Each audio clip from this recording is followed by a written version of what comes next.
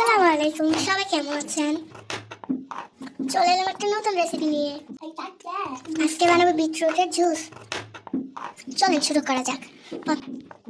প্রথমে বিটরুটগুলো কেটে নিলাম, তারপরে আপেল কেটে নিব। এখন ছোট ছোট পিস করে নিব আমি। এখন কাটবো ওগুলোকে, এভাবে ছোট ছোট পিস করতে হবে। বিটরুট আর আপেলগুলোকে কেটে নিলাম, সাথে একটা খেজুরও অ্যাড করলাম। এখন এগুলোকে ব্লেন্ডারে দিয়ে দিব আস্তে।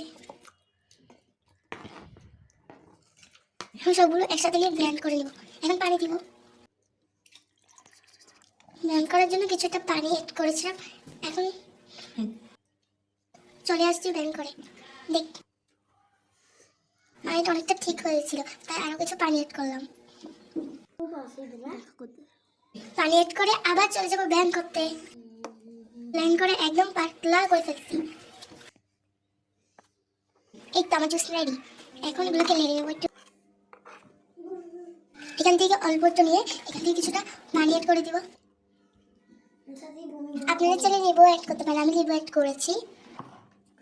নয়তো খেতে আমার একদম ভালো লাগে না। এটা একটু আয়রনের জন্য খাওয়া। এটা